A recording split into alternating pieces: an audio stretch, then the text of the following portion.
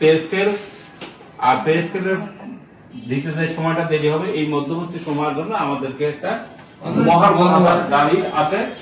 সরকার একটা ইঙ্গিত দিছিল যে 25% আমাদের জন্য, কিন্তু আমাদের দাবি হলো 50% কর্মচারীদের দাবি, আর সর্বনিম্ন হলো 6,000 টাকা।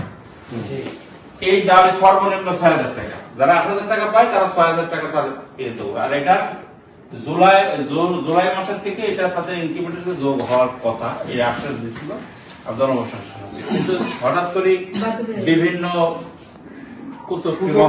আমরা কুচক্রি বলবো, তাদের প্ররোচনায় এই জিনিসটা এখন আপাতত ধামাচাপা। তবে একবারে হয়নি। আমি একটু আগে জনপ্রশাসন সচিবের মুখে শুনলাম যে গুজবে কান দেবেন না, এটা নিয়ে সরকার ভাবতেছে। তবে এই বিষয়ে ঘোষণা দিবেন হলো অর্থ উপদেষ্টা।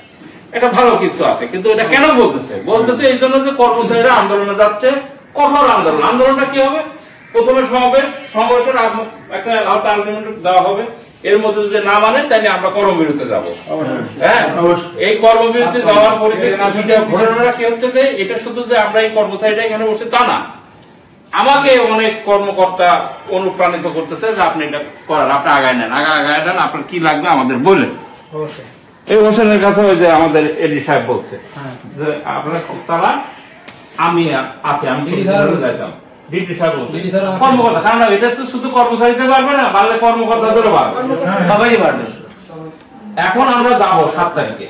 এখন আমাদের কথা হলো আমরা যারা এখানে উপস্থিত আছে সবাই চেষ্টা করব, ইমার্জেন্সি 2-1 থাকতে পারে, সবাই চেষ্টা করব সকাল 9টার ভেতরে আমরা ইয়েতে পৌঁছায় যাবো।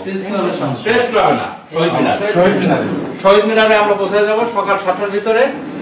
এখন আমরা কি সবাই এখানে এসে একত্রিত যাব না যার যার মতো শেষে চলে যাবে? আমাদের অফিস থেকে কিন্তু একটা ব্যানার লাগবে। সেই ব্যানারটা লাগবে, সেই ব্যানারটার জন্য কিছু পয়সা লাগবে। এটা কর্মচারীদের অনুষ্ঠান, কর্মকর্তারা যদি শ্রোতা হিসাবে যায় তাহলে সেটা আলাদা, কিন্তু এটা প্রোগ্রামটা কর্মচারীদের প্রোগ্রাম। হ্যাঁ,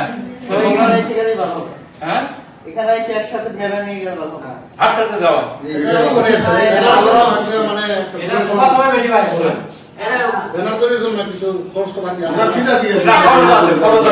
শুধু ব্যানার না, সামনে আন্দোলনের জন্য খরচ আছে।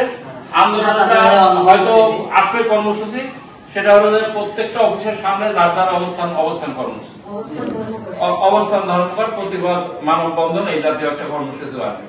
সেই সমস্ত সময় ব্যানার লাগবে।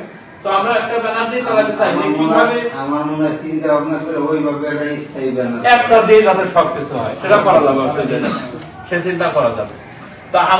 সর্বপ্রথম সরকারি চাকরিজীবীদের নবম পে স্কেল সহ মহার্ঘ ভাতা সংক্রান্ত সঠিক তথ্য পেতে চ্যানেলটিতে লাইক, কমেন্ট ও সাবস্ক্রাইব করতে ভুলবেন না।